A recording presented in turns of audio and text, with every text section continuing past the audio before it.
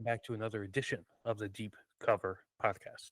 I'm your host, Omar Zaran. Thank you, as always, for joining me on another edition of the show. A little bit of a solo episode this week, no guest this week. And for those of you who follow me on Medium or Substack for my writing, you might have read about the topic I'm about to talk about. And it's not often where I have a article topic kind of crossover into the podcast. They're kind of two separate entities. But in this case, I felt compelled enough to talk a little bit more about a topic here. And that topic is Damian Lillard, multiple All-NBA, All-Star point guard, returning to the Portland Trail Blazers. And this story, I think, has so many layers. It talks about a player who was perceived in one way and then kind of kowtowed to what was expected of him as a superstar professional basketball player. And now, as the opportunity kind of unraveled, that he finds himself at a crossroads. And the path he chose to take is one that is both inspiring, unexpected, and I think there's something there that deserves a little bit more conversation. So let's rewind. It's back in 2013 when Damian Lillard was drafted, 2012, so over a decade ago. It's important to understand this about the Portland Trail Blazers. You can make an argument that this is one of the most cursed teams in professional sports history. If you go all the way back into the 80s, they make the mistake of taking Sam Bowie over Michael Jordan, right, with the number 2 pick in the draft. And history looks at that as one of the great draft blunders of all time. But no one criticizes the Rockets for taking Hakeem Olajuwon number 1. And that's because Hakeem turned into a great player. He won them 2 championships, right? So, yeah, you didn't get Jordan, but you still won titles. You still got one of the best centers to ever play. Bowie had promise in terms of a really versatile big man that could pass. His problem was he just can never stay healthy. You know, I remember watching a documentary a while ago about him and how he just it was just injury after injury after injury. He just couldn't catch a break. And as a result, you know, he's out of the league pretty quickly. And, you know, Jordan goes on to become the greatest player. And, you know, everybody's laughing at Portland, you know, even though they weren't really set back that far, because by the time Jordan got to his second finals, Portland was there, right? They played them in the finals in 92.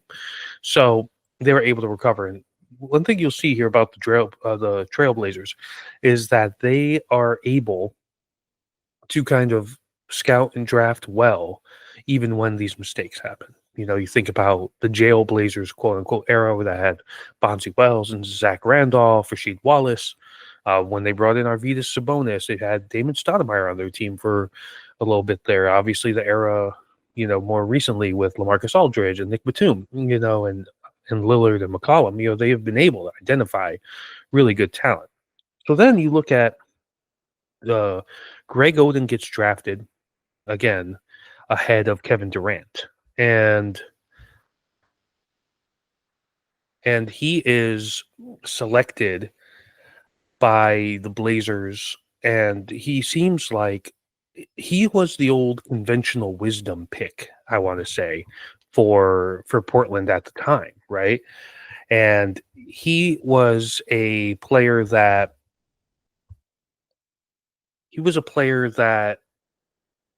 up until then, any GM worth their salt would have selected Greg Oden, because you have a center that is just checks all the boxes, great post-up game, excellent shot blocker. You know, he has everything you want in the big man in that era. You know, that late 2000s era was still very much still a big man's game. You know, that was still, you know, we're coming off the Shaq LA era, and, you know, it was still very important to have a 7-footer in the middle that could do things. And they take him over Durant, which again shows to be a mistake, because Odin, just even more so than Bowie, couldn't stay healthy, right? And then shortly after they take Odin, a couple years later, they take Brandon Roy, who famously is a what if story in NBA history with his knee problems. And I still firmly contend that the Blazers with Roy as their centerpiece could have made it to a conference final and even a final as he kind of matured and developed more, because his shot was lethal. He had great size, great handle. It's kind of like that point forward archetype was really taking hold with LeBron in Cleveland. And, he becomes one of the biggest what ifs, and he has to retire well before he probably should have because of all the knee injuries. And so the Blazers dealt with this concurrently in the late 2000s. They're dealing with Odin and Roy's injuries at the same time. So then once they're gone, it's like, well, what is this franchise now? What are we going to do, right? So they end up drafting Damian Lillard. And in my research for my piece, I went on NBADraft.net to kind of see what the general consensus on Lillard was when he was coming out of Weber State. And it was great three-point shooter, which turned out to be true. But there's questions about him as a point guard, questions about turnovers, there's questions about his ability to adapt to the NBA. Ultimately, that draft prognosticator who put up the analysis on Lillard said he'd be another Jared Bayless or Jay Williams, who now works for ESPN. And obviously he well overshot that in his career. So the consensus on this guy, even though he's taken number 6, was, well, he's a good guard who can shoot, but he's not, an upper echelon level type player. And I think a lot of people thought he'd be a good player, right? In the sense of, it reminds me when the Knicks signed Jalen Brunson, a lot of people thought he'd be pretty good. He turns into a superstar. He totally shatters the ceiling of the expectations. So he then goes on, he's with the Blazers for 11 years, and he gets into the playoffs 8 times, is 7-time All-Star, makes All-NBA a bunch of times, is just scoring in buckets, turns into one of the elite three-point shooters right beside Steph in the NBA. But the problem is, the playoff success really wasn't there, right? They got into the playoffs about 8 times, only made it to the conference finals once, 2019, when they got swept by Golden State, which was right before Golden State's that unbeatable Golden State team, right, with Kevin Durant, which ultimately unraveled against the Raptors because of injury. And so he's then kind of still staying in Portland. Shortly after 2019, you could have made the argument that, hey, Dame, thanks for everything. It's time for you to get your rings. Go ahead and request a trade. But he didn't. He said, I want to stay loyal to this city and this team, because Lillard, what you need to understand here is, he's from Oakland, and he goes to Weber State. And he wasn't really highly recruited as a player, and he really blossomed at Weber State. And he is super committed to that school because they took a chance on him. Same way he is super committed to Portland because they took a chance on him. A lot of people might have argued that they might have overdrafted him in the moment. And he is the type of guy who really appreciates that, right? So he stays around, but it really kind of falls on its face in 2023 when the team is struggling, and they end up shutting him down for the end of the year to try to improve their draft lottery position, because the prize, of course, in the 2023 draft was Victor Wembanyama. And so Lillard's prerogative at that point was like, I want to win. I'm never going to try and be a part of a perpetual rebuild. I want to compete. I want to win. I don't want to play meaningless basketball. So if they got Wembanyama, I think it would have been no big deal, right? They would have got the next generational talent. Lillard stays in Portland, never requests a trade. But they don't. And they end up with a top 3 draft pick, and that ends up getting used on Scoot Henderson. And Dame would have preferred for them to shop that pick to get multiple assets back so that they can continue to contend in the West and try to get to the playoffs, try to get some magic happen. Dame's kind of one of those, I think, ultimate confidence guys who feels like with the right pieces around him, he can make anything happen, even if you don't agree with it, right? But they don't do that. They get Scoot, who's another guard, who kind of like sends a message to Dame, like, we're thinking about our post-Dame experience. And then he requests out. He decides that he wants to compete for titles. He wanted to go to Miami, And I mean, considering the way that Miami has gone the past few years, probably dodged a bullet there. But he ends up going to getting traded to the Bucks. He gets to pair himself up with Giannis Antetokounmpo, and on paper, this is like a match made in heaven in terms of pick and roll, because you don't want to give up Giannis going to the basket for a lob. You also don't want to give up step back threes to Dame. In theory, it should have worked wonders, but it just fell apart. The Adrian Griffin thing happens, injuries to Middleton and Lopez and all these other guys, and Dame himself, Giannis himself. And they, and for 2 years, they aren't able to get out of the first round. Then this past playoffs, he ruptures the Achilles, right? Which was, the playoffs were kind of marked by these Achilles injuries to Dame, to Jason Tatum, and to Tyrese Halliburton. So you have that kind of all happening, right? And then you think, all right, well, maybe the Bucks take a step back and they bring back Dame after the Achilles. But the Bucks had the issue of they need to keep Giannis happy and contending as long as possible so that he doesn't request a trade ultimately, right? So they're like, well, we have Dame unavailable for this next year. We got to compete. And, they had a trade that brought in Kyle Kuzma when they got rid of Middleton. They brought back Bobby Portis. Brook Lopez is now gone. They needed help in the middle. And so they had targeted Miles Turner from the Pacers. And the only way to get Miles Turner is to free up that money that was on Dame's deal. Couldn't find a trade suitor for Dame's contract. It was a huge contract. I think there was still like $115 million left over 2 years. Yeah, it was part of his Supermax deal that he got in Portland. And so they waive him, and they're stretching his money over 5 years, which is crazy because it's going to take up 15%, 10 to 15%, depending on how the cap increases, of the Bucks cap moving forward for 5 years. That's a lot, right? That's not insubstantial. So now we think about Dame as a player who is available to other teams. There's a lot of contenders that were in the mix, right? The Lakers, the Celtics, the Warriors, all reported to have interest. And now he has this moment where he has to think, okay, what do I want to do? And I saw this article from a Trailblazers beat writer about a quote that he gave somebody from ESPN when he was in Portland. And he used Russell Westbrook as an example. Westbrook is in Oklahoma City for all those years, really was the face of the city, the face of the franchise, the only team professional that they have in that city. And he was the face of it, right? Similar to what Dame was in Portland. And he said, that they kind of become nomads, right?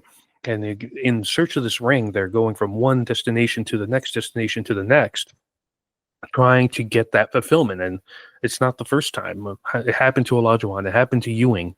It happened to Barkley. It happened to all these guys that once they stopped being able to compete and be the main guy, they really were just so craving that ring that they just went to any and every team that would have them. I mean, even though he already had championships, it kind of happened to Shaq, right? Where he was just like those late year Shaqs with Celtics, Suns, Cavaliers, where it's just like they become a shell of what we associate them with. And for the longest time, Dame didn't want to be that. But then he requests a trade, right? And he is now doing that same thing because everybody's telling him, well, you got to get a ring to validate your career.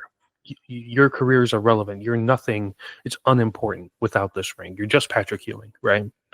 And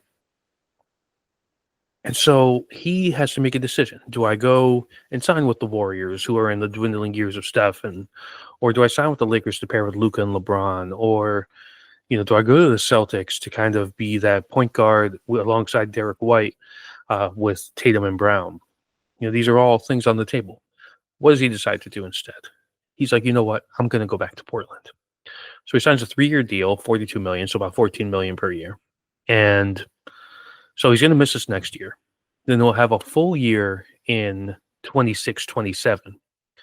And then the following summer, after that year, before his third year on the deal, he has a player option. And that's where he can decide to enter the market again if he doesn't want to stick with Portland, or he could, stick it out one more year. And we don't know what his state is going to be. Dame's 35. By the time he comes back in, he'll be 36. His player options in his age 37 season. So the track record on point guards with these lower leg injuries as they get older, not great, right? So we'll see how his game shifts. I think the shooting ability will still make him a viable player, but that remains to be seen. But he chose peace of mind, right, over the ring chase because his family is still in Portland, even after he got traded to Milwaukee 2 years ago. He was going back and forth between that. He was renting or he took over the lease or whatever on Drew Holiday's house in Milwaukee after he got traded. So it's not like Dame had roots established in Milwaukee. He still fundamentally was committed to the city of Portland. That's where all of his family was, right? So he comes home. That's a big drawing part, right? But then you think about him as a Blazer. If you look up and down the record books, there's a few guys whose names pop up repeatedly. Clyde Drexler is one of them. Bill Walton a little bit, but the longevity hurts him there, or lack of longevity. And Dame Lillard. At worst, Dame currently is the third greatest Blazer ever. And you could rank him as high as one if you wanted to, or he could put precedent for Walton's title or Clyde's longevity and his two-way capability. But there is no question that Damian Lillard is one of the greatest trailblazers of all time. He's the franchise's leading scorer, the most three-pointers made in franchise history. He ranks high in steals, so he's the highest offensive rating, offensive win share in Blazers history. So there's a lot of history there. And he continued to be committed to that quote-unquote small market when everybody begged him to go elsewhere. And then he finally listened on going elsewhere, and he became the cautionary tale that he was afraid of becoming. He became what Westbrook was in that sense, right? You think it's going to be great and you're going to contend for titles, but then he goes to Milwaukee, and it's still, through circumstance, you're out in the first round again, right? Just as it was when he was in Portland. So he decided, I'm not going to try and chase this ring. I'm content with my basketball legacy, and I'm going to go to Portland, back to Portland. And it's a scathing indictment of ring culture because everybody thinks that they equate the value of an athlete to how many championships they've won. Personally, I brought up Patrick Ewing a couple of times. I have a Patrick Ewing jersey hung up in my bedroom. I have a painting of Patrick Ewing right next to him. Patrick Ewing is my favorite basketball player ever. And he's the guy who got me into the Knicks, and he's the guy who I will cherish forever. He never won a title. That doesn't make me like him any less, right? And I think we put such an emphasis on it because of the whole LeBron chasing Jordan thing, that if you didn't win a title, your career is meaningless for some reason. And I look at somebody like John Stockton. He never won a title while he was in Utah. And he was there for a long time. Got to the finals twice, of course, lost to the Jordan Bulls. That doesn't mean he's not one of the greatest point guards that ever lived. Right? He's still the assist king and will likely hold that record for a very long time before someone else dethrones him. And what Dame is doing here is that it's showing us that there can be more than just look at how many rings I got on this finger, right? On my hand. It could be so much more than that. He is showing us that building a community matters. Having a connection with a team matters. Being a mentor and ushering in that next generation of great players also matters, and when he does retire inevitably within the next 5 years or so, how are we going to remember him? We'll remember his skills as a shooter. We'll remember his playoff moments, against the Rockets and against the Thunder with Paul George. We'll remember that stuff. I think we'll also remember the fact that he was insanely committed to the city and the fan base and the franchise that took a chance on him when he was a young man and molded him into the adult man that he became. And instead of being like a mercenary for hire, I think we should be celebrating this. And this is the way Dame is talked about, I think is kind of indicative of the hypocrisy of the way we look at sports. Because for so long we lament these college athletes and pro athletes like, oh man, they're just hired guns. They just Go where the money is, right? And when a player says, no, I like being here, I'm going to go ahead and do this, then they are all of a sudden, they don't want it enough. They don't want to win. They don't have that quote unquote dog in them, that sort of thing. And it's like, so which way is it? Do you want them to be kind of ingrained in the fabric of a community, or do you want them to be guns for hire, so to speak? And I think what Dame is doing here is saying, my home is in Portland, Oregon. My family's in Portland, Oregon. My kids are growing up here. I have roots here. I have ties here. I want to play for this team that took a chance on me. And I think there's a beauty to that.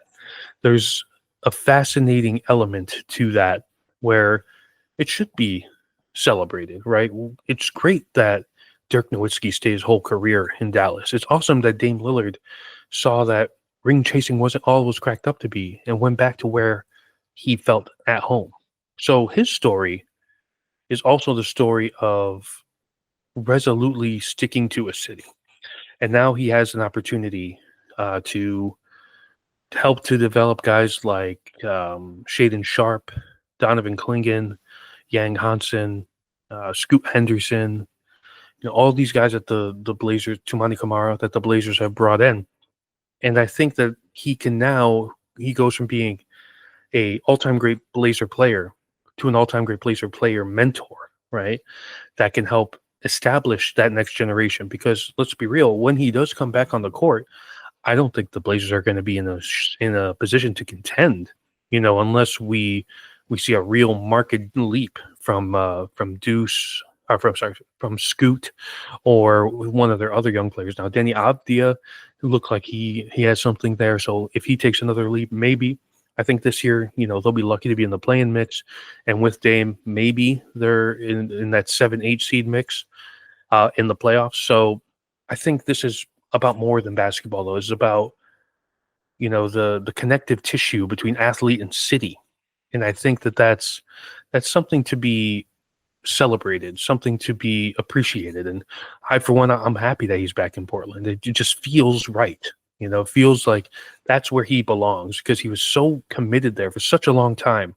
Him kind of having one of his final chapters, because we don't know how his career is going to end, in the city that kind of where it all started.